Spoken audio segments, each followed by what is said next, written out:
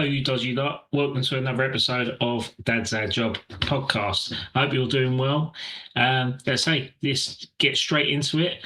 Sorry for the delay. Bit of daddy duties for this evening, so that's why I've been not 8:30 on the dot. But before I bring my guests in, or my co-guest in, let's have a word from. Sorry, this is a balls up already, isn't it? It's going to be a fun show. Let's hear a word from our sponsor. This week's show is in association with the Rib Man. If you haven't tried the Rib Man yet, what are you doing? Every Sunday, you can find the Rib Man down Brick Lane serving up the best ribs in London. Smoky, sticky, and messy perfection. Exactly how ribs should be. And if you can't make it down, no stress. Head over to theribman.co.uk where you can grab his legendary hot sauces from your home. Trust me, once you try them, there's no going back. Go on, you irons.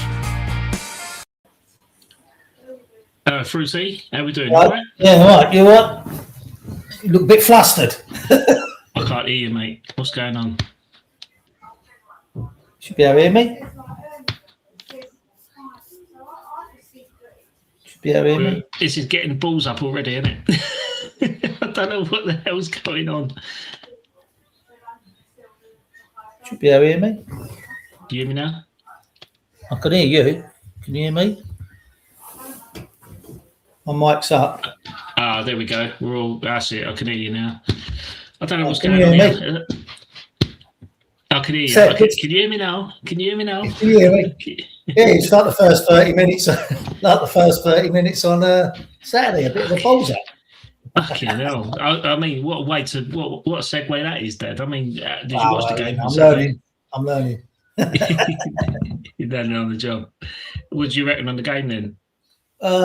Well, we can't keep starting 30 minutes late, only playing for an hour.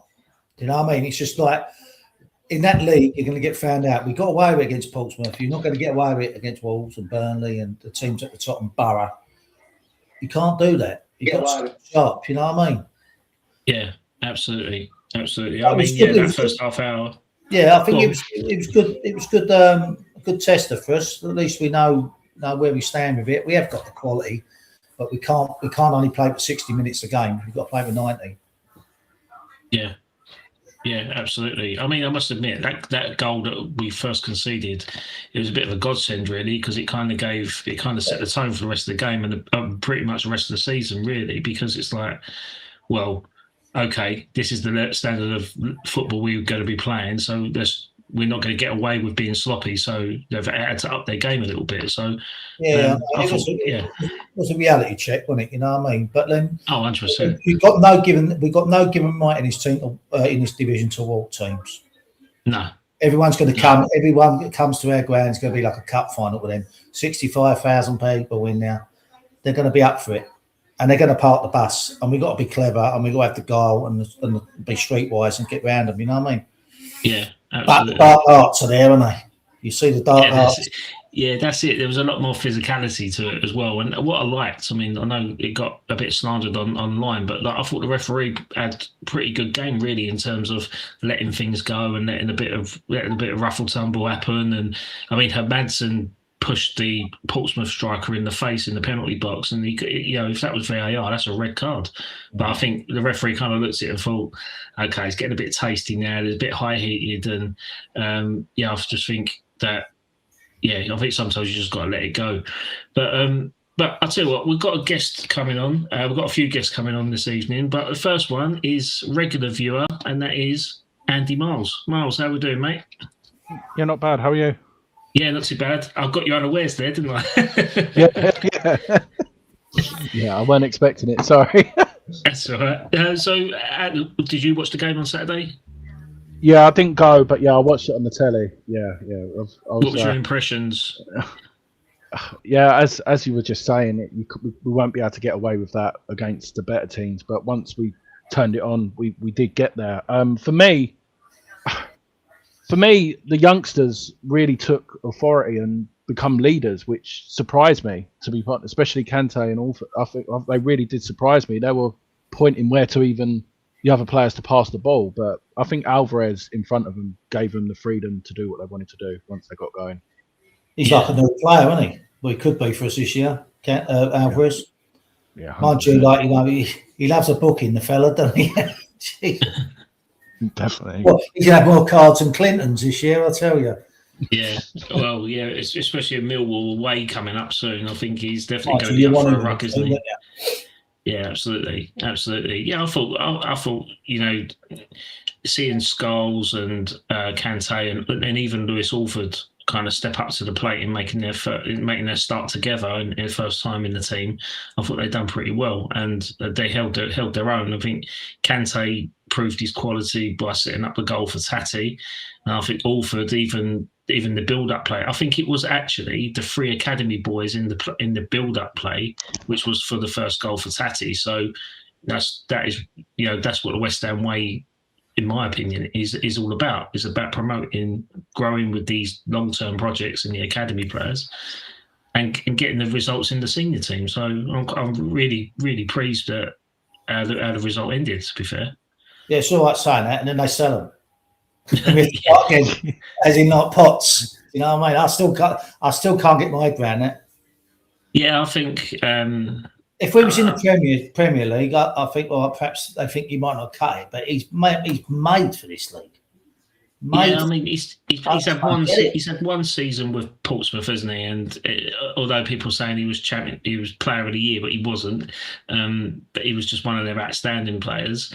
But other than that, he's only had one season for Portsmouth at the lower end of the table, and probably you think maybe we need someone at the higher end of the table to do that. Yeah, it would have been great. Would have been quite romantic to have a son of a West Ham legend to be stepping up and taking the mantle and moving us forward and build around. But he's 23 this year, I believe. He's got an opportunity to play Champions League football and play for Bruges. We've got £10 million for him. I think, you know, is he gonna get in starting role in front of Kante, Alvarez, Souček, Ward-Prowse? Then you've got Magassa, but then he's been linked with a move away. And then we're talking about getting another midfielder in. So you think, well, where does he come in? And you got Lewis. But then it's what Mark Noble always said, you know, that sometimes you've got to let some of the academy players go to allow the next crop to step up and give them the opportunity. And I think when you compare Potsy to Alford is a better player. And he's got a lot more years left in him. Let someone like Potts go, and you know where I'm going with this. And you pay £25 million for Pablo. I know it's midfield. I know that Pablo plays more forward than Potts, but I just don't get it. I don't get that at all. I'd rather keep Potts and bin Pablo off, but that's just me. Yeah, I think it might be a case of both of them going over the next couple of weeks. I think Pablo's had interest with Galatasaray, so I think he could be on his toes, to be fair. Well, mate, I don't know what these scouts see, but they're nicking a living, aren't they? These scouts, if they can palm him out of Galatasaray. Jesus Christ. Andy, what's your thoughts on Pablo? Do you think stick or twist? Well, he hit the post. He got close on Saturday. I think when we said it in the chat, I think once he gets a goal, you never know. He may just go on that run. I'm only like, I think for me, we've not really seen it because where we were struggling. If we get, like, for example, Parrott and stuff, him coming off the bench could be the blessing in disguise. The defender's a little bit tight and he might have a bit more open space, but I think when it's all congested, I think that's when it happens. So it could turn into an impact sub. What I can't get my head around is that they said, or Adams informed me, because I didn't know until then, that he's actually a forward and Tatty's the 10. Yeah, it's true. Yeah. But I can't see anything in him. It's not like he's going to score a goal. Yeah. Honestly, I don't doubt his work rate. He was chasing back, he won balls and all that. I get all that. But he's there to score goals and so on. He ain't done that. To me, I can't. I made a laugh. Perhaps I'm losing. I made a laugh, but just remember what Newcastle fans said about Joe Linton. You never know; he could turn into a midfielder. Listen, I'm proved wrong. But I want to back players who in a cloud blue shirt. If they put the shirt on, I'm fully behind them. But I just can't see with him. I just can't see how anybody scouted him and thought he's a bit of us. Him, I just don't get it. I mean, I in December, I basically put a tweet out saying if West Ham's going to look for any young up and coming Portuguese strikers for Nuno, that is. So it's your fault. I don't want to put the entire blame on me, but I would say yes. But if anyone's going to look at a Portuguese striker that's playing under 22, wants to play under a Portuguese manager, and their agent is George Mendes, Pablo was the affordable option at that time, and then in January he signed. But didn't he play with his dad or something at a football team? I think there's some sort of connection. Nepotism's gone on there, I tell you. I think that's what, I can't remember who said it. I think that's what it is as well. I think his dad or his relation played with Nuno when he played football. So I think that's the connection as well. Possibly. Again, it's agent-driven. It's all agent-driven, and everyone's saying about it's a money laundering thing. It's not money laundering. It's what they've done is West Ham didn't have the funds to put up £18 million up front.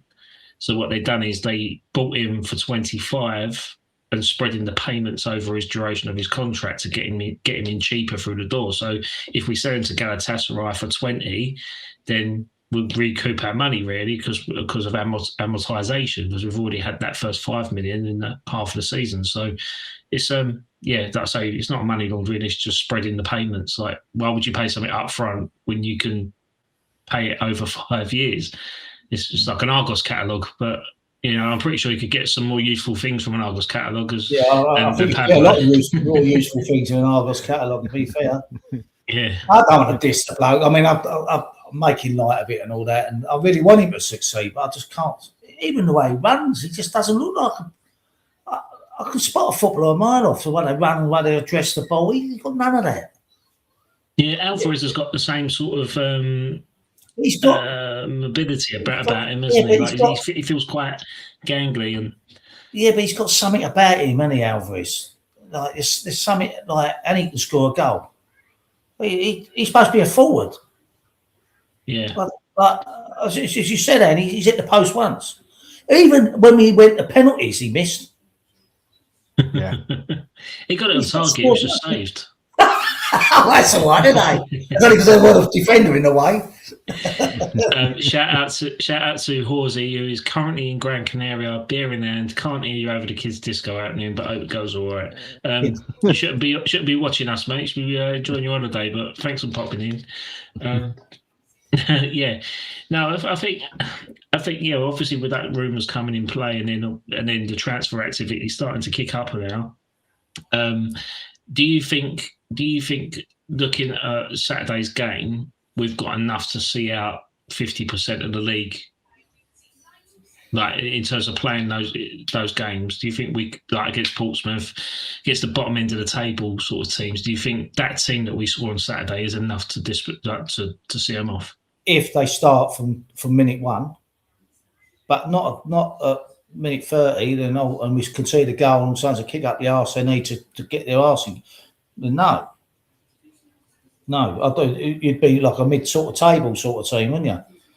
Mm-hmm. You're not going to beat. You wouldn't beat the likes of Wolves and well, we find out about Burnley, but Wolves and Barrow and people like that, Yeah, but if you're playing teams like Portsmouth, Lincoln, West Brom, Blackburn. So the other teams, we want to go up first off, and we want to win this league, or at least come first or second. Yeah. None of this league and playoff pony. We don't want none of that again. That's a lottery. Yeah. And we want to win. Oh, I want to win the league. I want to, as you said, we want to win a trophy. I know it's only the championship, but why can't we win it? Yeah, exactly. No, we should be in it to win it. And I think what proved, like looking at the stats on Saturday, is that Portsmouth had a lot more of the ball, they had a lot more shots and a lot more passes than us. But as the title of this video is, it's quality over quantity, which I think is going to get us over the line, because, Portsmouth can have 13, 14 shots a game, but we only need 3, because we've got people that can put the ball in the back of the net a lot more who are a lot more clinical than the opposition. So that kind of gives me a lot more which is hope true. that we've got far too much quality in this league to lose games. As long as we keep him. I'm not being big-headed or arrogant with it. It's just No, a given. Like, let's say the Queen goes to the top, and if we can keep them like Tatty and Bowen. Well, we're going to keep Bowen, but if we can keep Tatty, like, because I've got a feeling, like, you know, he could have it on his Bromleys myself, because and this Troy Parrott coming in, and then they're talking about Parrott. Who? Yeah, all right, yeah. Him coming in, and then they're talking about Steptoe and all. Him coming in as well. You just think to yourself, "Oh, if that's as well as, fair enough, but not instead of." Yeah, not instead of. That's no good. I don't know what your thoughts are on this, Andy. Like, how do you feel Niels Coppen's done in terms of the recruitment so far? Like, do you think that he's balancing the squad rather than looking at buying 50, 20-year-olds? I think he's sort of playing a smart game, because I was getting a bit frustrated the fact that we've not recruited, and I get what you were saying. It would be nice for them to bed in, but I think because everyone knows about that Somerville and Fernandez money, the clubs could be just whacking the extra 20-30% on, and we're just holding them out, getting them on to the later on in the window, so we're not paying that additional 10-20% because they know we've got the cash. I still think we'll get 5 or 6 still before the end of the window. Me personally, I do think Parrott will come in. I think Youth will go. Do you think he'll play off the shoulder? Yeah, all the different jokes. Even I've done a couple on X the other day. I can't remember off the top of my head, but yeah, it was like off the birch and stuff like that. I can't remember the ones what I've done, but yeah, no, I think Parrott will come in. Yeah, I think the Youth will go. But the one player I said that I started looking at players as soon as we got relegated. Do you know a player I reckon we'll get? Is that Harry Amas from Man United? He played for Norwich last year. He's the youngster. He's only like 21. Yeah, and he can play left midfield as well. So he could potentially be back up for Suleiman. But I think we still need another left winger. But the fact that we've got more options, I think we could probably get him for about 7. This Solomon fella, isn't he, from Spurs? I'll be honest with you, I don't know too much about him. But if Diouf was to go, I think that protects Scholes a bit anyway, because I think then Scholes can play as a left back and not as a wing back. And I think he's a better defender than Diouf, although Diouf is better attacking than Scholes. So if you're going to get £40 million into Diouf, and you're going to keep Scholes, and you've got this Solomon in front of him, perhaps it might make Scholes a better player as well. Just a quick one. Turf Moorhouse, I can see your comments, but we'll touch on, and I know you're a Turf Moorhouse, obviously, Burnley fan. We'll touch on Burnley after we've talked about a segment. So stay watching if you're interested, but we'll come back later. But we will touch on your comments about Burnley later. I think. I think in terms of the recruitment, like Solomon seems to be a good enough player for what we need at the time for this league. Given the fact that he played Champions League football with Shakhtar Donetsk, he joined Fulham through the Ukraine deal. Obviously, their country was under attack, so they had the players had the option to mutually terminate their contract to join a club. So he joined Fulham. He was at Fulham for a bit. I think he played championship football with them. I'm not too sure. He went to Tottenham, and then he went to Leeds, Villarreal and Fiorentina all on loan, and he seemed to deliver the goods. And we're looking at his Leeds highlights, because that's the only highlights really that are relevant, and I think he was one of the reasons why they won the league. So I think that's very early. He takes shots very early, and people so he's going to be shooting from outside the box, which we very lack. Tatty's going to be there for the rebounds, and I reckon that's where we'll get a lot of joy. I think so. He seems to be quite an inverted winger as well. He seems to be playing more centrally, allowing the fullbacks to push up. And I think that, I think you bang on the money in terms of Ollie Scholes. I've always said this. I kind of questioned why we bought the youth in the first place last year, because it stalled Scholes going up. And you know what? When you look at it now, you think you could have kept Emerson played Skulls and not bought Juve anyway, and you probably would have been in a better position on the left-hand side. And again, it's just that imbalance where you've got two of your first-choice left-backs are under the age of 22. But Yeah, just so I think think- it was Potter though, wasn't it? He got rid of all the old lad like Soufal, Emerson. Like that's what cost us eventually, losing all that experience. We're paying for it now, but I'm still taking the relegation as a positive because this is a rebuild, and I think if it wasn't this summer, it would have been next summer, which could have been a lot worse as well. Yeah. I think he's given a knee jerk for everything. I think off the pitch, he's given a knee jerk. Do they want to see us go down? No. Would Wales be in the Premier League? Yes. But we are where we are for a reason, and we just weren't good enough. So now we just reset. It should be, is Troy Parrott the answer? Is Solomon the answer for us in the Premier League? Probably not. Are they the answer this year? Probably, yeah. And that's what we got, and that's all we can deal with, isn't it? We can't get Premier League players. We are where we are. And we just got to, we've got the hand we dealt, and we just got to play with it now. And that's it. Yeah. Here's a comment here from Mate West Ham. Great again. I don't understand people arguing over Solomon. He ain't a criminal. As long as he works hard and keeps his head down, I'm okay with him signing. Yeah, I'm of the same opinion. I mean, everyone's entitled to their views. We're not going to delve into the politics to why there's an uproar. But if he just focuses on the football, and he seems to be getting a good reference from players that he's played with in the past, like James Maddison come out and publicly said probably one of the nicest guys in football he's ever met. So that, again, if you've got James Maddison saying that on his way out, then I think that kind of says a lot, really. And despite the fact that he wasn't even at the club for that long because he was always shipped out on loan elsewhere. And I don't actually know. I'll be honest with you, I don't know too much about the politics of what his politics are. I've got no interest in that whatsoever. All I worry about him, can he play football? If he can play football and it benefit our team, fair enough. As long as he ain't making waves in the changing room or with supporters or on social media, and he makes our club look bad, that's a different scenario. But if he keeps quiet, his views are his views. My political views are my political views. Yours is Adam. Yours is Andy. And it's no one else's interest, is it? It's just our interest. But if it comes out that he ends up defaming our club and putting us in the papers for the wrong reason, that's a different scenario. But I can't see that. I just think people are jumping on the bandwagon. They're just trying to shit stir. You see different fan channels are at each other. Like they said nothing yet, to my opinion. I don't know what he's like or what his policy are. I don't care. If he can kick the ball and he sticks it in the net, I'm happy with that.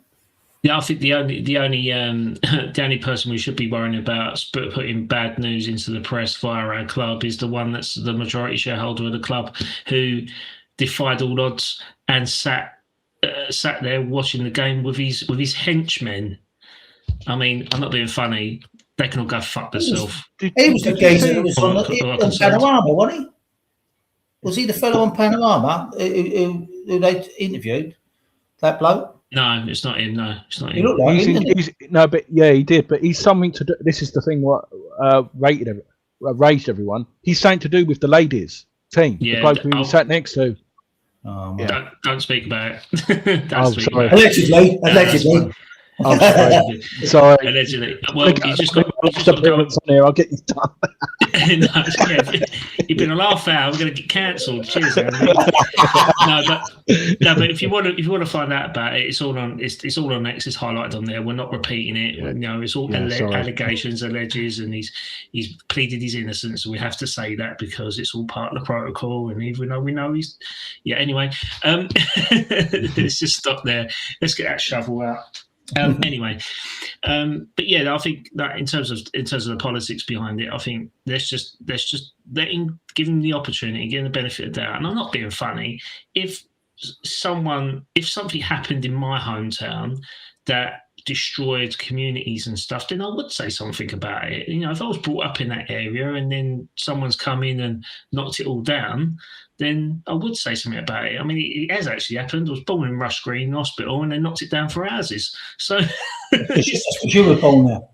yeah, because I was born there, and that was it. It was all went to shit.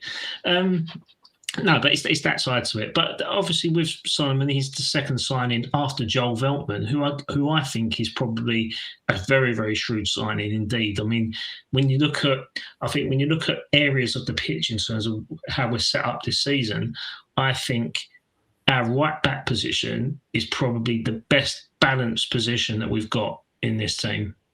I mean, you look at it this way: you've got Kyle Walker-Peters, who's the seasoned domestic pro. He's at a peak age now. How old is he? 29, 30? Not to confirm. I don't know, to be fair. It must be about that. He's been around for a while, hasn't he? So that's probably like the average squad age, what he brings to the table. Then you've got Joel Veltman, who comes in, who's a bit older, a bit more experienced, has a bit more, like say, top flight football in Europe and could lean on, and he could obviously play in centre defence as well. So you've got that level-headed experience. And then underneath them both, you've got Ryan Battram, who's the next up-and-coming right back. So Hello? Coppins. Hello? Yeah, he froze that. Go on, you all right? You gone? Niels Coppins' recruitment building, it's not just about buying 20-year-olds and then making them a superstar team for the youngsters. It's about having the right mix and blend to be able to build a good, successful team. So you've got your youngster coming through, you've got your peak starter, and then you've got your experienced backup. And I think that's what every area should take on board. If left down with Wayne Bazaka off, he's going to go, Dad. Like he's well, not yeah, gonna stay. is he? But at the moment, he's not even in the photos, Dad.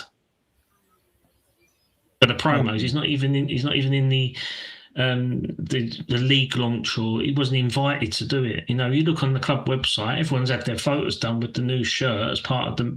Does that mean Falkirk's staying in? No, Falkirk's not in it, is it either? And Tadebo weren't in it. Tadebo isn't. I think the only exception is Suchek because he was injured, but he'll have his photos done soon. But like Falkirk, Tadebo, Aaron Wan-Bissaka, I think not so much for media day. I know you. I mean, I'll get stick at work about this, but that Falkirk, he is a good player, but he just hasn't worked, has it? But you can't just say it's him. We've had it with all the forwards that we've bought, haven't we? Yeah. The last 4 or 5 forwards we've bought. I mean, the last one who was a success was Andy Carroll. Everyone else has been a bleeding. Yeah. You know, what is it? And Natovic. Natovic, yeah. Natovic and Carroll. That's about. Then But you Natovic, we bought him as a winger. It was only when Pellegrini brought him in and he went, "Oh, we'll play him up front." And he actually turned out to be a decent striker, didn't he? The only thing I would say is the fact that we are going the right way. I know we had Steidham, but the fact that I think we're not just going to panic buy no more. Like, I think Parrott will be. We're not just going to go and get whoever. And I just hope they're going to adapt it to like the Championship as well. The Championship's a totally different league to the Premier League. So hopefully we're going to buy players who will do it. But yeah, no. Yeah. Yeah. I know people are saying Ashton in the chat, but Saka as well. Yeah, Jaffa Sacco. Yeah, absolutely. I just thought of another parrot pun. You say you're not going to buy whoever.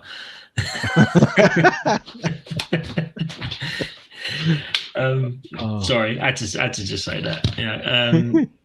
But yeah, I think absolutely. In terms of like the striking option, that we can touch on it now, and that Jamie Vardy's been linked alongside Parrott, and I'm all for it. I'm all for Vardy signing at 39 years of age for West Ham. I'd actually be happy if we sold Pablo and he was his replacement. Yeah. Like, and I know it sounds ridiculous, but I always revert back to when we signed Teddy Sheringham. Now, I'm going to get all the slander in the comments. Like, Sheringham was a much better player than Vardy, much different player. But at the end of the day, given context, Vardy at 39 will offer more in terms of goal return than what Pablo will in the Championship. And that's saying something. Listen, I would give you more goal return than Pablo in the Championship, and I'm 62 coming up, right? But forget that. The difference between what you're saying about Sheringham and Vardy, but the way right, you could get a is game that for Chelsea this right, Dad. Vardy, right, relied on his pace. Sheringham had no pace. So when he got older, he never lost it. He never had it. So he was still the same player, good in the brain box. Vardy was on the shoulder, a bit like Parrott. He was on the shoulder and he would spin and he'd go. He ain't got that pace no more like that. And he can't play for 60 minutes. I don't know. He might have lost a yard or two, but he was still one of the fastest players in the Premier League when he was playing at 30. I mean, that's what the back of the net is, without a shadow of doubt. You stick him in front of goal, he'll score goals. I'm not disputing that. Yeah. Not disputing that. But what I'm saying is, like, a lot of the goals he got were less. That was the ball over the top. He was in, wasn't he? Like a whipping. I don't think he's like that. Sheringham was never like that. He was a clever player. Looking at him playing for, I think it was Cremonese he played for last year, he contributed to something like 10 goals in the Serie A. I mean, for someone of his age to be contributing to 10 goals in Italian's hot flight football, I think that is a statement in itself. And I looked at that and I thought, he's still got a bit of pace about him. I mean, you could probably argue he's probably as fast as Tati. Is Bowen electric, really, in comparison to speed? I think he's probably about on par with him. Yeah, but some people definitely faster than Pablo. I think Nan's faster than Pablo. but like as I say, like some players have pace, and when their pace goes, that's them finished. Sheringham never had it. So when you're comparing them two like that, I get what you're saying. Yeah. But I think that Sheringham was a better all-round player in later years than Vardy would be for us. Yeah. And they'll have to stock up on the Red Bull as well. Yeah. If you go sign for Leeds, you'll get an unlimited supply there. But the thing is, we've lost Callum Wilson. He's gone to Brentford, and we've lost that senior striking option. And Callum Wilson was probably the one I wasn't really. Best finisher we had. He was the best finisher that we had on the books, didn't we? In terms of a striking position, and just wouldn't play. No, and it's a shame. It's a real shame. And you look back on it now, you think, "Oh, what similar player to Wilson could come and play for us? Like being 35 years of age, still got ability about him." And I was looking earlier, and I thought the only one really is Chris Wood. That wouldn't surprise me. I'll tell you what I would like to see, and this is a curveball, right? And I don't think he's going to get a game. No, I'd love to see him. I bet he'd be a bully, wouldn't he? He's Fenerbahce, £8 million. But a player that he won't drop down to us. I'm not saying he will, but someone ain't going to get a game. We could get him on loan for a season. That'd be Liam Delep. He ain't going to get a game at Chelsea. Can you imagine him up front? I think they're looking to get rid of him anyway. So imagine him up front. Like, he would do us a turn. And then I'll put Tati behind him and give the old Portuguese the elbow. That's what I'll play. I play Tati and I play Dilap up front. That's your dream. That's your dream partnership. You heard it first. To get, what's his name? Sally Biltman on and let him know what's going on. Who? The old agent, Sally Biltman. Sounds like that anyway. Sounds like Sally Biltman. Barry Siltman. Yeah. You can say Barry Siltman, it's fine. Yeah, well. Get him, sort something out. But that would guarantee your goals. And that, if we got him, that would guarantee us. I think that would guarantee us going up because we'll outscore teams. Mm. Yeah, that's in my opinion for that. A rogue one would have been Divin Mbamba, but who we let go because we couldn't agree a contract with him. But he's just signed for Southampton on loan for the season. Yeah, it's mental. Don Ballard was another one. Yeah, Don Ballard from Leighton Orient. He was another one we were looking at. I think £5 million would have done the deal when he's gone to Bristol City. But that is a prime example of what you said about that. Mbama, he's letting people go at the wrong time, and they let him go, and they didn't offer him a contract, didn't give him no assurances he's going to get a game, and he went to City. Or he went to City with Big Don. He went to Stoke, didn't he? Yeah, went to Stoke, got injured. Yeah, and then now so when we got him in the cup, so he's going to play against us, isn't he? Great. Yeah, I forgot about that. Yeah, Yeah, so obviously beating Portsmouth at the weekend, we've got another South Coast opposition in Southampton, but we're going down to St Mary's for that. And I think that's the week commencing 23rd or 24th of August. Yeah, it is. Yeah. Yeah. So that'll be a midweek game, Tuesday or Wednesday night. It'll be a good away day for sure for most people. But Bank holiday weekend coming up, isn't it? Yeah, it is. Yeah. Like, wait a minute. Yeah, there is that. I mean, in terms of recruitment, like obviously Diouf is on his way out, but another one that's going to be coming in, which is 90% done, and that's Reece Nelson from Arsenal, and I think that is probably going to be a very, very good signing. Very good signing in my opinion. I know he's got his injury record behind him, but he just never played regular football, and a lot of that's down to match fitness. If you're not playing regularly, you're gonna get injured. Antonio found that out the hard way, and the more he got played, he pretty much was fit every game, wasn't he? And it's just about conditioning yourself. So Reece Nelson, 25 years old, last year of his contract at Arsenal. A lot of the talk has been about a loan deal, but I heard from someone, a trusted person, that Arsenal prefer to sell him, and West Ham are now looking at a permanent deal for Nelson rather than a loan. So I think it's about the because he's on $100,000 a week. Because when Arteta come in, they gave him a new deal to kind of build around the Arsenal youth players. I think he was 22, 23 at the time, and then shipped him out on loan. But obviously, it's just not worked out. So I think it's a wage contribution, which is the final details of the deal, and then he can come and have his medical. Yeah, it costs an arm and a leg though, wouldn't it? Sorry, I'll stop. He can play both wings though, like you said. So at least if we are chasing like Bowen, if we're winning a game comfortably, at least he can come on and help. But yeah, It's like all joking aside with Bowen, we do need some cover. We can't keep relying on him. We've got to have some flexibility, like with him, because say he gets injured, like all right, well, at the moment we're strong on the right hand side. Who else can play there? Yeah. Yeah, you know what? I just thought, the West Ham team is pretty much like a pirate thing, didn't it? We've got a parrot up top and Nelson on the thing. It's all about clearing the decks. How long are you in the championship for? Yeehaw! That's what I said, though. That's what I said, though. If we buy Engels, you can call him Eagles, and then we've got Birdwatch as well in our team. You can call him Eagles instead of Engels. You know what? I always got confused. I thought it was the golfer, but it's Ernie Els, isn't it? Yeah. I thought, what would get a golfer for? Oh, no, it's Ernie Els. Oh, brilliant. But yeah, I think, it's going to be an interesting couple of weeks for sure. Interesting couple of weeks, and I say Parrott is going to go through the door around about 20 million. Nelson, I think that's about 8 million. I think, and again, that's not too bad. And again, that kind of, he can play on both wings as well. Like say Solomon can play on both wings, so now we've got that flexibility out wide. Which both wings. This is going to run and run, I tell you. I think they'll be trillion. Yes, I said. We've got Troy Parrott. He plays in blue and claret. He don't eat trill. He don't eat trill. He's in brill. That's why I hope we've seen that, eh?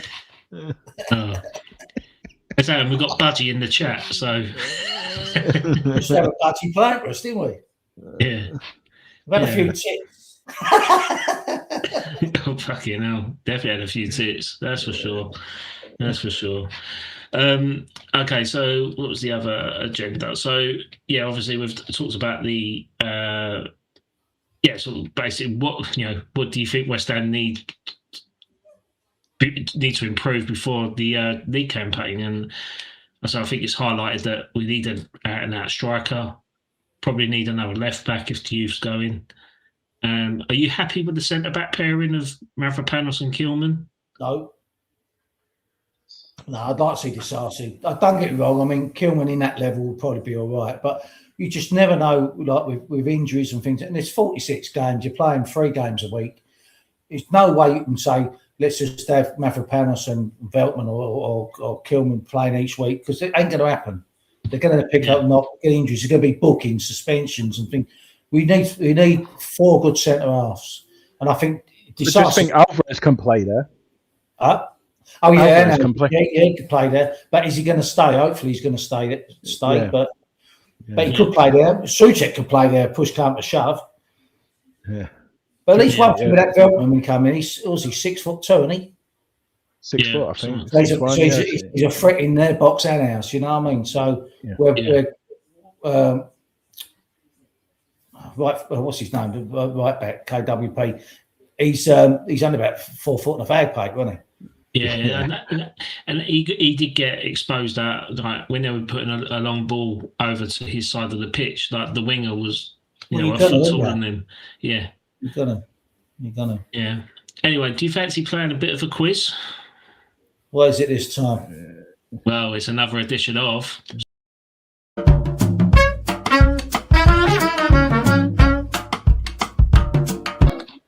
Okay, so it's this week's Soccerettes. So can you guess the players by their socks? It's like OnlyFans, isn't it?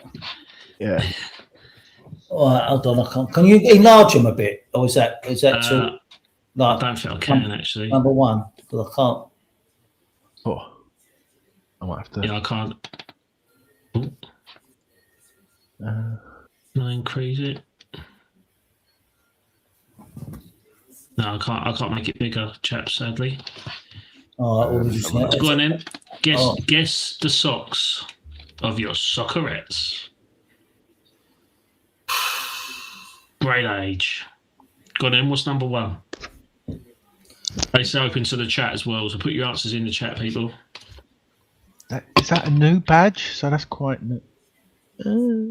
What year is that, Adam? Give us a clue with that, because the picture, I can't really focus in on the picture. Of an era, I'd say. Give us a few. That's the new The socks badge. will give it a giveaway.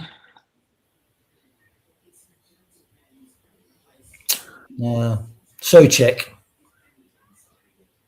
Very close. Soufal. Correct. It is Soufal. Oh well. Because you said close. That's the only reason. That's the only reason I didn't have a clue about the song. That's got to be Billy Bonds number 2, surely. That's correct. It is Billy Bonds. He's got no shin pads on, has he? Hey, number 3. Don't look in the chat. Is it Paris? Mitchell Thomas. No. I ain't got the chat on, actually. No. Don't put it on. You cheat. All right, I won't put it on then. All right. I've not got a clue on that one.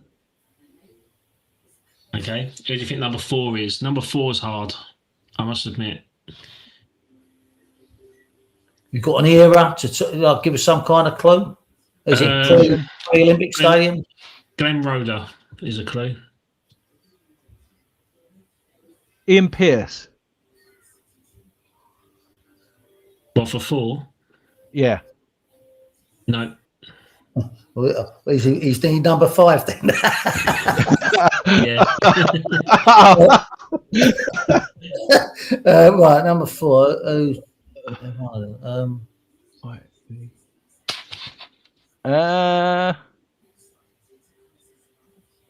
Monker?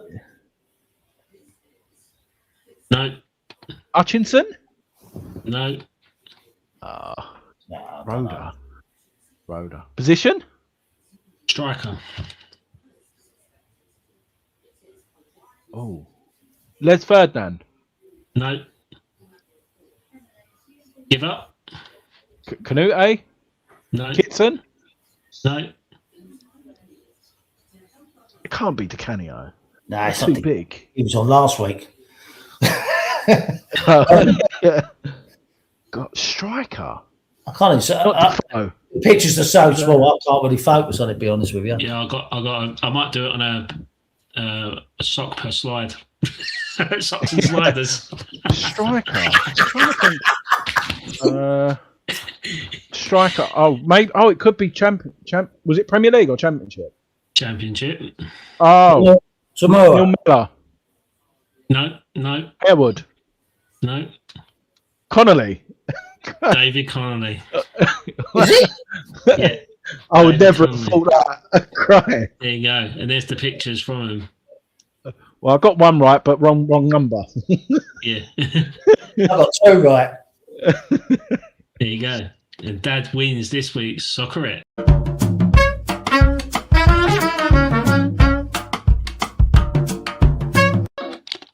There you go. But actually, what's Dodsy been up to this week?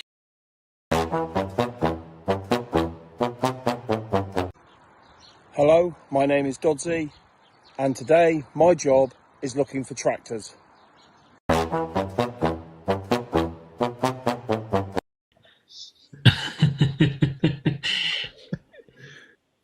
That's it. That's all what Dodsy So has it's, to an offer. hard, it's an hard life, isn't it? It's an old life for Dodsy. Out of it. That's what happens when you retire. I can't say that. Yeah, you're soon, aren't you? Okay, so let's talk about the opposition then. Let's talk about Burnley this weekend. What's your thoughts on Burnley? They're going to be there or thereabouts again with us, I think. You know what I mean? I think, as I said in a previous stream, I think we're weaker at the moment than we were at the end of the season. We're weaker now to what we was at the end of the season.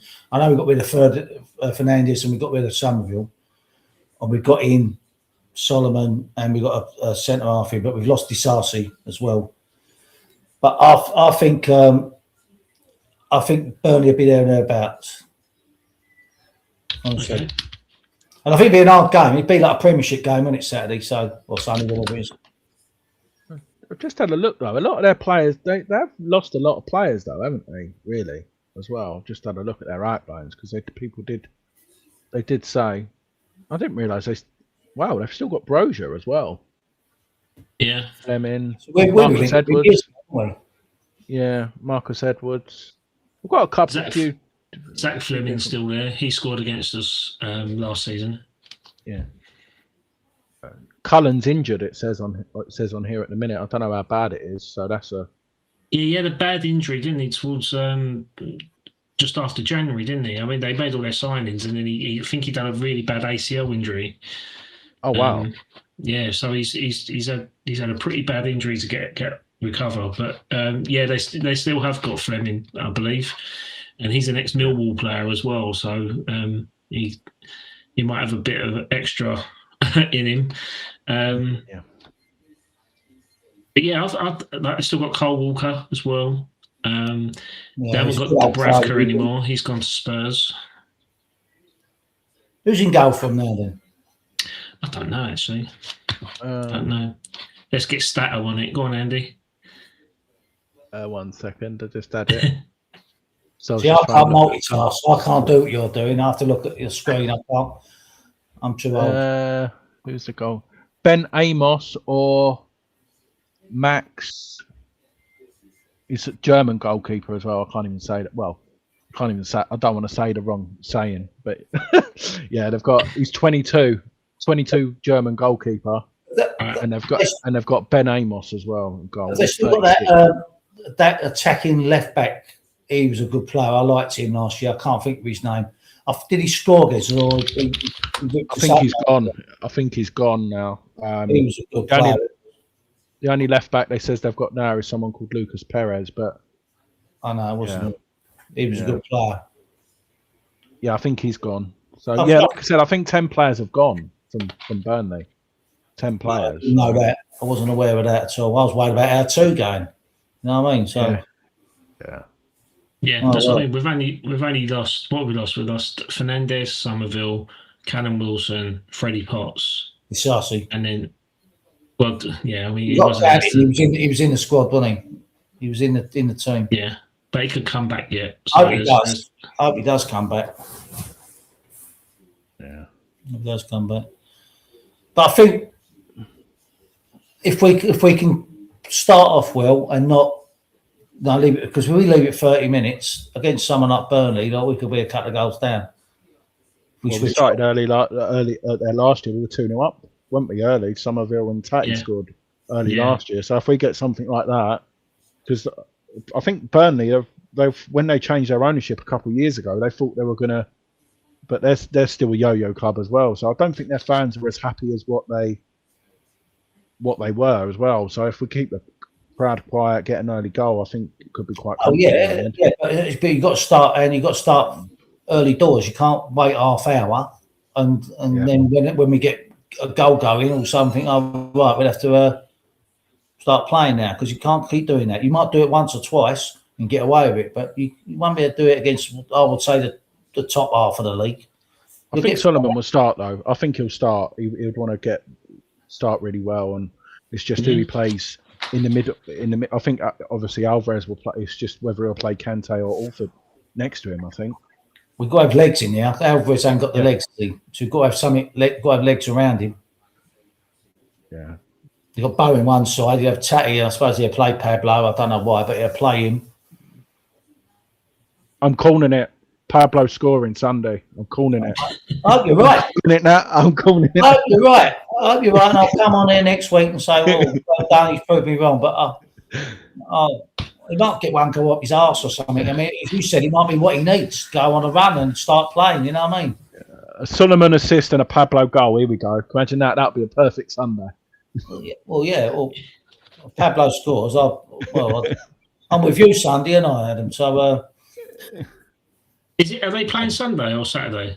4 o'clock Sunday. Sundays. Oh, you're fucking joking me, aren't you? You're laughing. You're with me. No, I thought I was watching it on Saturday. I didn't realise it was a Sunday. Is it on TV then on Sunday? Yeah, it's on Sky. Watford, Southampton's on before us. Oh, fucking hell. That's ruined my Saturday. Not like I say, it's Oh, good cheers. really, Dave, because Thanks for sorry. that, it's really Sunday. That, cheers. I didn't mean it like Come that. again, anytime. I mean, I had a whole day planned of like just sitting there chilling out, watching the West Ham game, and then they're all fucking Sunday, which is fine. This is absolutely fine. But as we've been talking about budgies and parrots, let's bring a budgie in. Right, Budge? I can't hear anything. You can't hear anything. I'll come back in. Oh, all right, mate. We can hear you. We can hear you. Can't hear us, so don't put me saying that, is it? Oh, here we go. If anyone is a betting man, 14-1. Pablo to score. Oh no, hang on. Pablo. Yeah, it's got to be wrong. 140 to 1 is. Pablo to score. Solomon. Hang on, 1 second. And 7-1. So Pablo to score, Solomon to score an assist, and West Ham to win is 7-1. Blimey. Is that it? Yeah, I was longer than that, expecting wasn't it? You know. If you do both That's of 'cause them they to don't- score, that's 14-1. If you do Solomon and Pablo to score and West Ham to win, 14-1. Hmm. I've been trying to get odds on for Bowen, bullseye Bowen, 50 goals and assist contribution, and no bookie will take it. If you tried to go a bet, Yeah, I messaged him. I said, you do like custom bets, can't you? Like, oh, what's the odds on Bowen to get 50 goals and assists? And they're like, no, we don't do that bet. Have you tried Paddy Power? I haven't got a Paddy Power account. No, I haven't got. Let me have a look while we're waiting. I'll have a look. Yeah. Ask the question to Paddy. Let's try Budgie again. you got a gambling problem, man, or what? You're straight into the betting offices on there. I've got 8 betting apps. No, I'm joking. No, I'm joking. No money. I've got evening. Evening, Budge. How you mate, doing, you all right? mate? You all right? Yeah, good. Thanks for coming on. Where was you? Was you driving somewhere? Yeah, I had to take someone to the station. Oh, right. Yeah, Pablo, hopefully. I walked in there. Well, actually, it was Troy Parrott. He was on his way to Stratford somewhere. I don't know. Oh, right. No, joking. No, it was my pal. He popped in to see me and needed to lift to the station, so dropped him off. Yeah. Decent. Did you watch the game on Saturday at all? I watched a fair bit of it. I didn't watch it all because I was working, but when I could. I mean, in fairness, I'm working at a hotel and I was decorating one of the rooms. So, in fairness, I had the TV on and I saw quite a lot of it, but I was also working while it was on. Yeah. Yeah, I think basically, same as everybody else has probably already said, first 35 to 40 minutes, we were woeful, absolutely woeful. I wouldn't have even rated the team at that point. I wouldn't have given them any ratings at all. And then as soon as they scored, I think that gave us the shot in the foot we needed. Yeah. And we kind of pulled our socks up, excuse the pun, but pulled the socks up and carried on. You know, and we actually managed to get a decent result out of it, but it wasn't pretty. There's a lot of work to be done, I think. Yeah. And I still think there are bodies needed, you know. Preferably not 39-year-old ones though. Sorry, but I'm not a big advocate for bringing in Vardy. I'm really not. Yeah, I get the concern behind it. It's just we need to cover all bases on it, you know, because it's going to be a long old season, and if you could bring Vardy on for the last 5 minutes if we need a goal, or for 5 or 10 minutes if we need a goal, and it drops in the box, then who are you going to really back, aren't you? Like, well, you would back him in them situations, but then there are other players that also equally could finish the ball, but offer a lot more for a lot longer on the pitch. Adam, you know, I mean, look, I do agree that Vardy is that fox in the box that everybody describes him as. He is exactly what you get. You know, you get what you see. But I'm thinking more about, rather than just this season, I'm looking more into returning to the Premier League and not having to change the squad around too much, just the tweaks that you would normally do at the end of a season. You know, I'm hoping that we can, you know, sort of solidify ourselves as a Premier League team in the Championship. That's what I want. You know, that's what I don't think they've got that foresight, but to be honest with you, I think they're just looking a quick fix for this year, because you're people like Solomon and people like Parrott and people like, I don't know whether they'll be of a Premier League calibre, and I think they'll have a reset again. We're going to have a reset again in the summer. I think with a different type of player. I think it just gets out of this year, out of this league. We are where we are, aren't we? It's just like, and you got. Yeah, I mean, the thing is that the players that you mentioned have actually got Premier League experience, which is going to bode up well in the Championship. But they've also got Championship experience as well, which is really good. So, you know, I'm actually an advocate for both of those signings. They really do appeal to me. And I like the Veltman signing. I thought that was very useful, or it will be when it starts becoming fruitful, and it will. He looks lively in the last 10 minutes as well, didn't he, when he come on? He did. And, you know, I'm kind of, look, I've been sort of banging this drum for a few weeks on Old School Hammers, but I'm kind of hoping that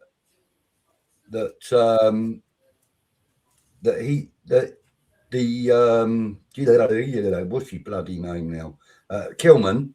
I'm hoping that he actually proves me wrong. You know, the drum I've been banging is that he ain't good enough for the club. He needs to be gone. He's £40 million excess baggage. You know what I mean? That's really been my view on him ever since we got him. I have been on occasions, you know, known to say, look, you know, I'm willing to give him a go, see how it, but it never really has panned out. Now, the game against Portsmouth kind of made me open my eyes a little bit and say, well, maybe this is his level. Yeah. You know, and maybe he could be the Craig Dawson that I'm craving. Well, we did have this opinion of Mavropanos for a while, didn't we? We did. And exactly the same thing, like, you know what I mean? Like, and he was only just about, look at him, he won Ham of the Year, didn't he? So, I don't know. Yeah. But I think you're right. I think he's found his level. I think he might find his level in this, and it might give him a bit of confidence for next year. Do you think Ariola's going to go, or do you reckon he'll stay? The thing is, if he goes, who do you replace him with in terms of available goalkeepers out at the moment? I mean, he's on 120 grand a week at the minute. I mean, whether he's got a 50% salary cut on that, I don't know. I said Nick Pope. We could probably get in if he goes. Yeah, Newcastle looking to shift him, aren't they? So you like Nick Pope, didn't you, Dad?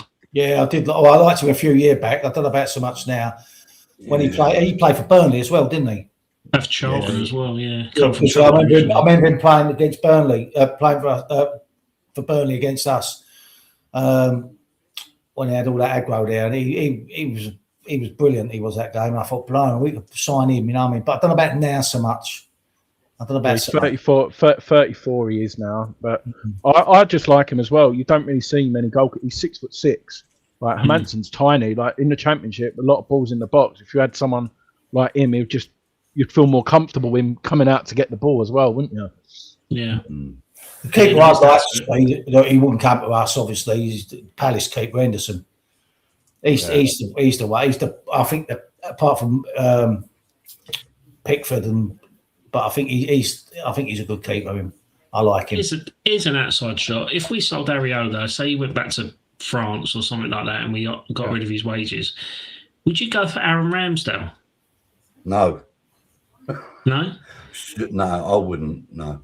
Because he's at Southampton at the minute.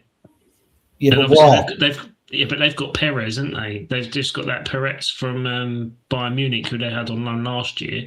So obviously they're looking to sell Ramsdale, so that might be an option. There's a reason why Arsenal got rid of him.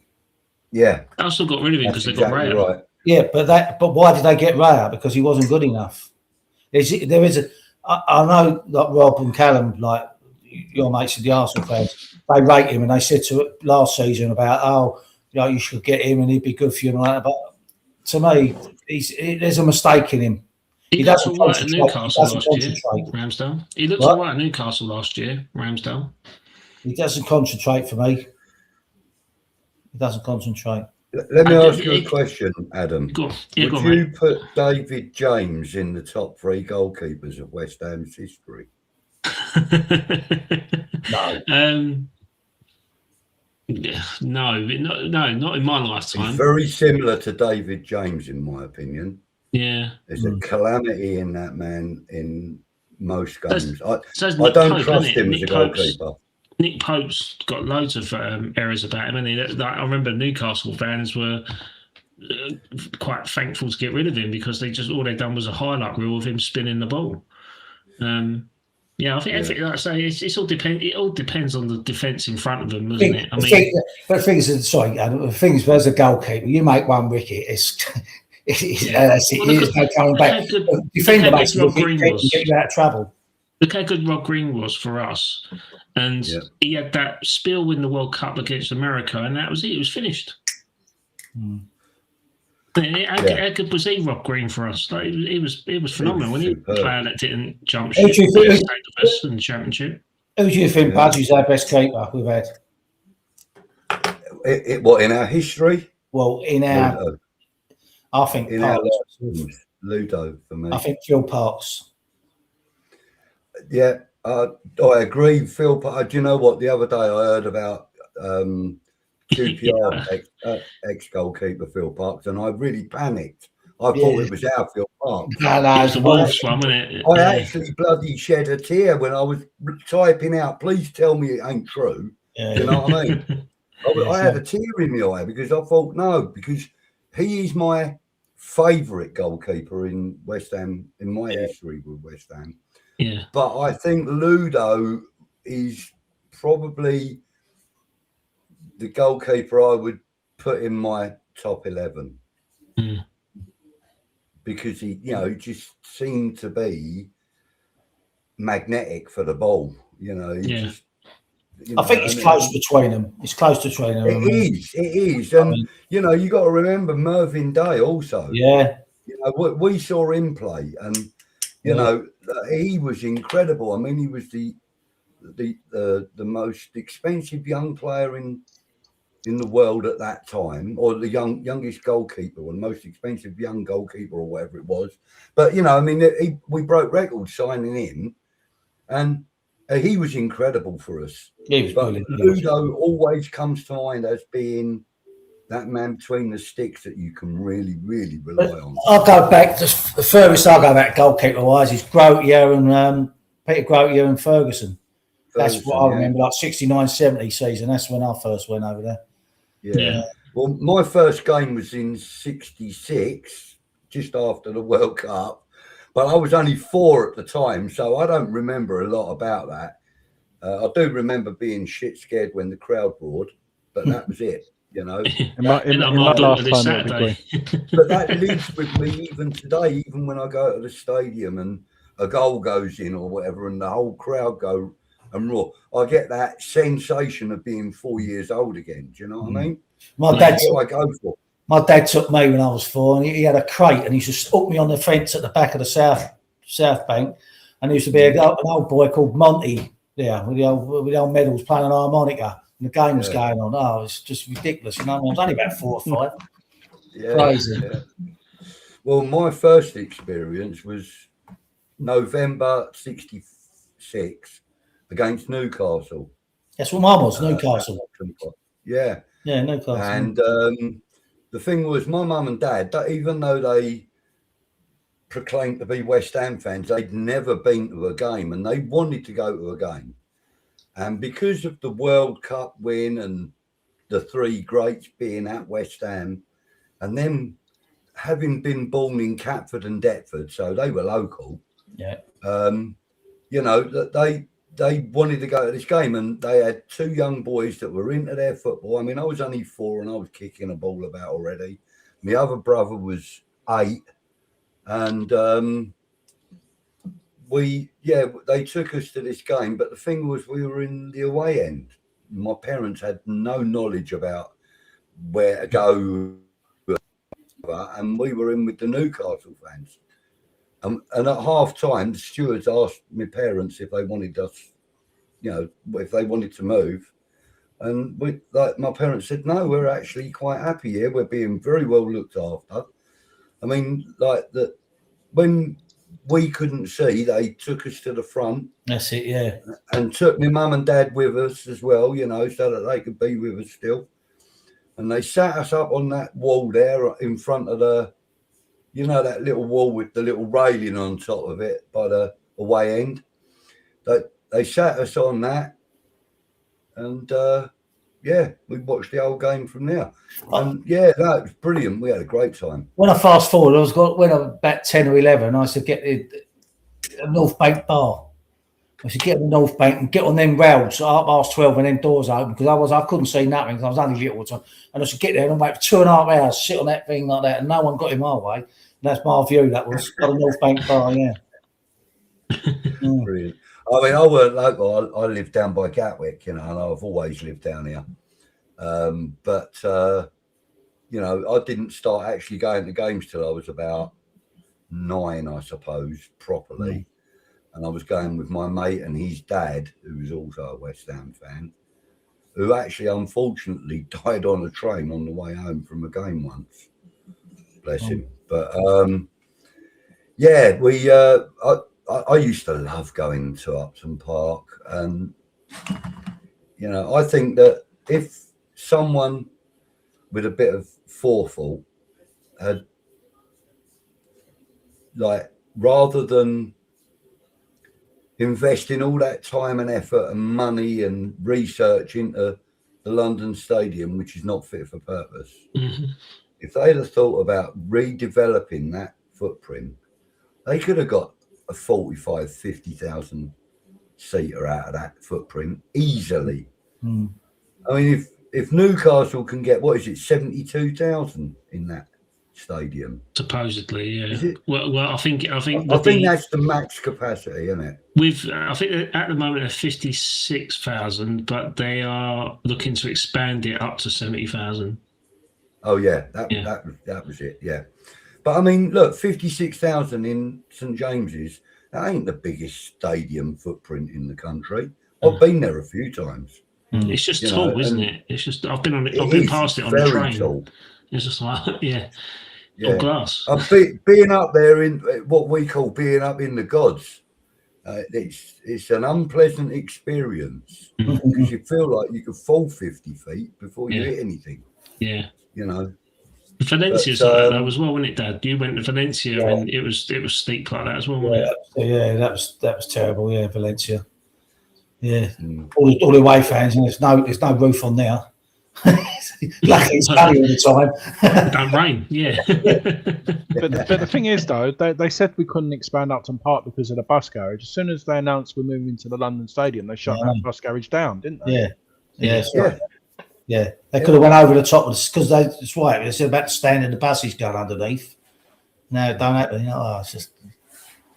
So I actually found some old drawings of the first stadium development at Upton Park. So it was infilling the corners of the east stand up to the Bobby Moore end. I've got all the drawings somewhere. I'll tell you who has got them. Nigel Kahn, because that's who I sent it to. So I'll try and download them again and reshare them. But some of the drawings on there are unbelievable, like what it would have looked like. But yeah, it was really stunning to see. I'll try and get it up on my thing, but I mean, I would be behind any idea that if anybody like Staveley's saying that she would build a new stadium, so on and so forth, right? If they were to build it in a style that was representative of our club's history, I'm not saying replicate Upton Park, but give us back our castles or whatever, just something to appease the hundreds of thousands of West Ham fans out there that actually want them back, then I would be right behind that. It wouldn't matter to me what the capacity is. Like, I mean, I'm not a silly man. I think that if we were in a 50,000 seater stadium, it would be full every week. You know what I mean? Well, we just sold 55,000 season tickets this season. Oh, it's gone up to 55 now, is it? Yeah, 55,000 season ticket holders. Yeah, I think we've pretty much sold out every football stadium in England, other than the top 6 clubs in the Premier League. Well, 55,000 season tickets almost wipes out the tourist trade. Yeah, it does. It does. Thing is, though, you just don't be up on a ruse from Sullivan, though, doesn't it? You know what I mean? Yeah. Like, say they're going to leave, and everyone's all banged on, got their tickets, and then all of a sudden he's still hanging around like a bad smell. You know what I mean? You just think, is it just another ploy? You've been sucked in. Yeah. I mean, the thing is, though, the alleged evidence against him and stuff like that is sort of fairly undeniable. And so he is in a position where he has got to step back, and he cannot be the front man for this entity anymore. He can't. He will be literally lynched. But if you're gone Saturday, if you was him, would you have turned up over there Saturday? I wouldn't have done. Would I? Heck. No, so I'm saying he's got one sandwich short of a picnic, hasn't he? Turn up there. What's his? Mate, he's got a hide thicker than a rhino, that's for sure. And he believes that, he still believes that we've got some kind of affinity towards him. He's being wrongly advised with people that are close to him because they're being selfish and they're using it for their own gains rather than ours. So that's how those people are encouraging him to go, because they know they're going to get well thought of in their roles and responsibilities when their business dealings with him directly. So I don't want to touch on it too much because I don't want to get cancelled, but Andy almost did in the first 20 minutes. Yeah, sorry. Sorry. But no, yeah, you're welcome anytime, just not after today. No, but I think like it's in terms of the stadium. I mean, that's for a whole nother evening. That I mean, knowing my background, as you know, like I'm an architect and I've done football stadium concepts for loads of different options and stuff, and seeing the London Stadium and how it could be modified. Like I showed you, Budgie, that was Nicky Stadium, where that was just an internal modification, which was part of the 2018 World Cup bid, which held the final, funny enough, and it can be done in its current footprint, its current guise, and there doesn't have to be a significant uplift on that. It's just modification of the roof and changing the rack of the seats. But I always think that there's athletics is always going to be in that stadium, so it's about probably having a 2-tier seating modification rather than a single tier. So is it because the contract that the Athletics have got is you've got a guarantee of 35,000 spectators or something? So if they was to ship it out to Crystal Palace, they wouldn't have that capacity. No, I mean Crystal Palace will be increased in capacity as part of a new redevelopment process anyway, because they've got a joint venture with the London Lions, which is a women's football team, which used to be Millwall Ladies. So now London Lions have all been rebranded and stuff. So now that they're going to be playing their home games at the Crystal Palace Arena, Athletics Arena, which is going to be increased in capacity for World Athletics events. But if anything, in terms of the agreement, West Ham got a 99-year lease, whereas UK Athletics or Team GB got 25-year lease. So they're pretty much served 10 years this year of their lease. They've only got 15 years left. So the longer it goes on, the cheaper they are to be bought out. And what with the Commonwealth already occurred in Birmingham, they've already got that migration process there. But obviously, if you've got this 90,000-seater athletics venue where you can host events which boost the tourism in the area, you're going to keep it. So I think, again, that the stadium, it doesn't have to be thought of in a way where it's so football, it's selfish in a football way. It has to be a multi-purpose stadium for it to be financially beneficial throughout the year, rather than 19 to 23 games of the season. But obviously, like you said, I'm not. But isn't the ground not great around, like underneath the stadium? Is that their issue as well with what they were saying as well? The work it was all contaminated due to the previous area being developed on industrial ground. That's what it was in Stratford. It was all industrial parts, but there's also a flood level where they can't go below because it's near the River Lee. So there has to be. Nothing's impossible. I mean, you just got to look at the buildings that are being built in China and Saudi Arabia. In Saudi Arabia, they're building the entire city in one straight line. And they're putting a stadium on top of it for the 2034 World Cup. Like, anything can be built, anything can be possible. It's just the money and the investment put into it to make it possible, which is the knockback. I mean, if someone said to you, okay, West Ham can have a fully seated stadium at the London Stadium, but it's going to cost you £45 million just for seats, you're going to go, that's two Pablos. Well, do it. so it's obviously that cost incurred. I mean, like the roof modification prior to us moving into London Stadium just cost £16 million alone, just to cover the seats. Yeah, but in a big scheme of things, it's not a lot of money, is it? When you think what they sold Upton Park for. It just all costs money. If you're going to spend, if you rented a house, Dad, right, would you build a conservatory on that house that you didn't own? No. So why did West Ham do that then? Well, no. Why would you spend 50 grand or? I would have a lick of paint on it, though.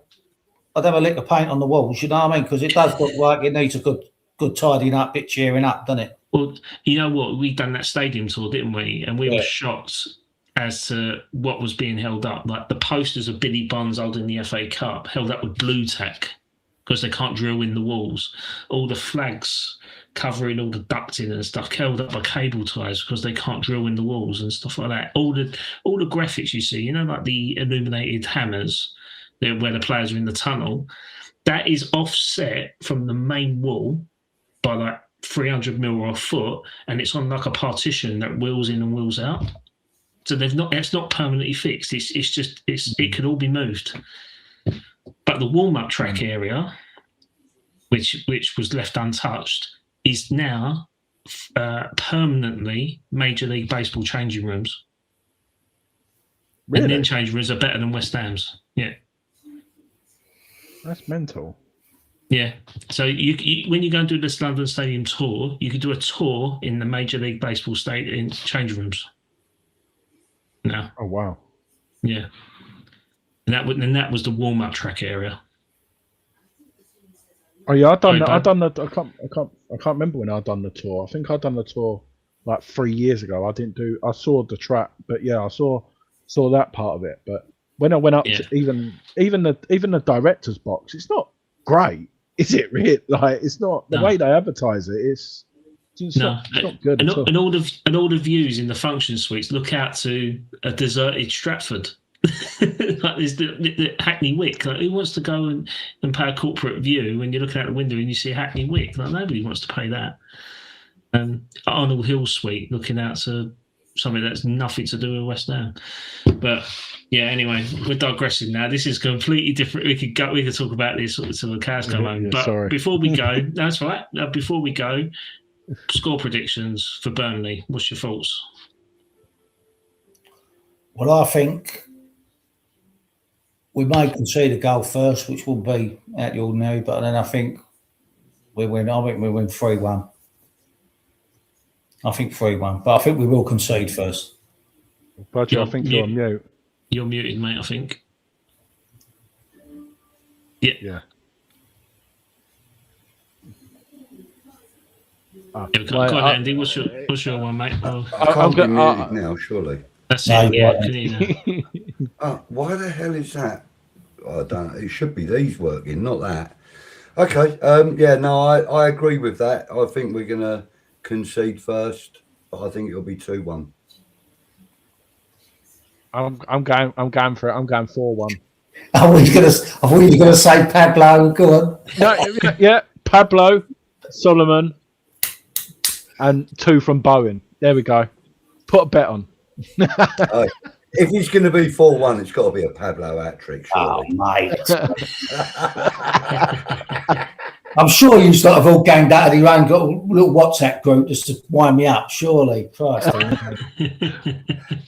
I hope he proves me wrong, seriously. I hope he proves me wrong. He wears claret and blue light, and I want it to succeed, but I just can't see. Can you imagine his celebration? He's probably going to get. I'm surprised. He's going to have a shirt. He's going to have a shirt. That's all you can do is imagine. Yeah. He's going to lift up his shirt and he's going to have "Fuck you, Granddad's our job." No, but do you know what will happen? He'll be booked and he'll take his shirt off and get sent off. This be typical, isn't it? When I celebrate, can you imagine it? Scoring and go, what do I do now? At least he doesn't jump over the hoardings and fall down a massive pit like what happened in that Brazil game. I thought that was AI. It's got to be AI. It's not. It's something. No, really? You know the funny. Yeah. There's about 3 different views of it, 3 different angles of it. Guy saw it at work. He showed me that, and I went, "Nah, it's AI, mate. I'm not." No, it's true. You know what the funny thing is, right? He ran off, he scored, he jumped the hoarding, fell down the pit, and he had the ball under his shirt or whatever. He's gone back on the pitch, and the referee disallowed it.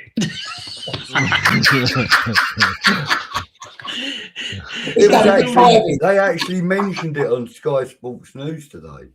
Oh, it's just mental. It's crazy. It's brilliant. It's brilliant. The fact he just goes, it's like his legs, he just goes, dunk. It's brilliant. My score prediction, well, you've nicked my 3-1, Dad. I was going to go 2-1, and you nick that, Budge. I'll go 3-0. I'll go 3-0. I'll say Kilman clean sheet and a goal for Kilman. There you go. Oi. That's a bet for you. Oi. Well, Okay. let's see. You got a third score prediction. You going to keep it logged, Adam, or not? Or you're not bothering this year? I can't. Oh, I didn't bother the year before, but if you want me to do You can do. if you want me to do a dad's ad job tally, then yeah, it's fine. Okay, if you want to log it, we'll look back on all our videos and like and subscribe and hype us and there you go. How much are you on now? Subscribers. Well, we hit 1,000 followers on Twitter the other day, which is good. Nice. In a fortnight? Well, you've been streaming this, haven't you? No, that's just Twitter. That's just me talking waffle and nonsense on X. But we're on 454 subscribers now, so we've hit an extra 250 since we've become a West Ham channel. So, okay. Yeah. So so hopefully we get up to 500. That'd be a nice milestone, and then just build it from there. Bigger and better things, mate. Bigger and better things. I'll do a couple of shares now as well on my I'll a couple of stuff. Share it about and Yeah. listen. I appreciate it. Like I say, we're not doing it. We're not doing it for dough. We're just taking the piss and having a bit of a laugh and not taking things too seriously. And if we did earn money from it, we'd only give it away anyway. Like I know Dad will probably raise his eyebrows and think, "No, fuck off! I want a beer out of this." But it's literally coming out. It's literally coming out of my own pocket. I'm not benefiting. All it's doing is costing me money doing it, and that's it. But I'm not asking for a return on it. It's just nice to engage with people and see the brighter side of West Ham and have a bit of fun and games. But for those that want to do the Trevor Brook bin challenge, here's another example of how to do it, and here's the intro for it. Played back for Brooking. Terrific goal. So take your videos, post it on X, or email me at dadsadjob@gmail.com. And here's a perfect example of how to do the Trevor Brook bin challenge. I'm ready.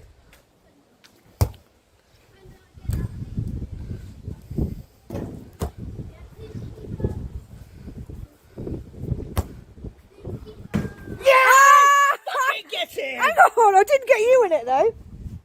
Hang on. We'll have to... And that is how you do the Trevor Brook bin challenge. That's rigged. That was Mark Noble, number 16.